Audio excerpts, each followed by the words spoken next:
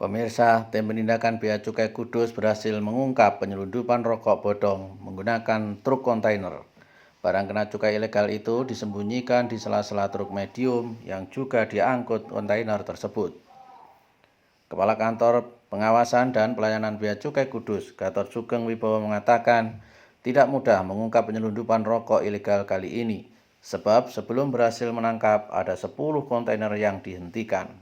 Tempatnya, sehingga kita mencoba mencari, sehingga kita temukan sampai kita ikutin sampai ke daerah Lamongan ya.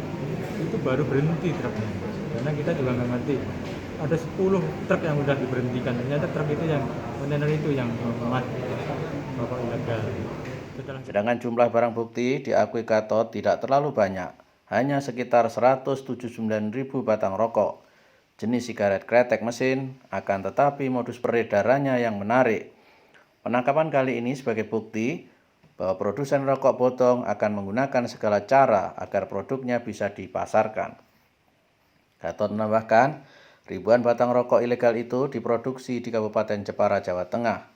Barang kena cukai ilegal tersebut diperkirakan senilai 187.784 juta, sedangkan potensi kerugian negara sekitar 120.121.344 rupiah.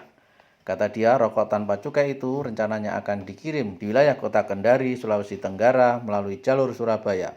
Namun sebelum sempat sampai tempat tujuan, tim penindakan Bea Cukai Kudus berhasil melakukan pencegahan berkait informasi yang diterima dari warga. Burhanuddin Firdaus, Jateng Post TV melaporkan dari Kudus, Jawa Tengah.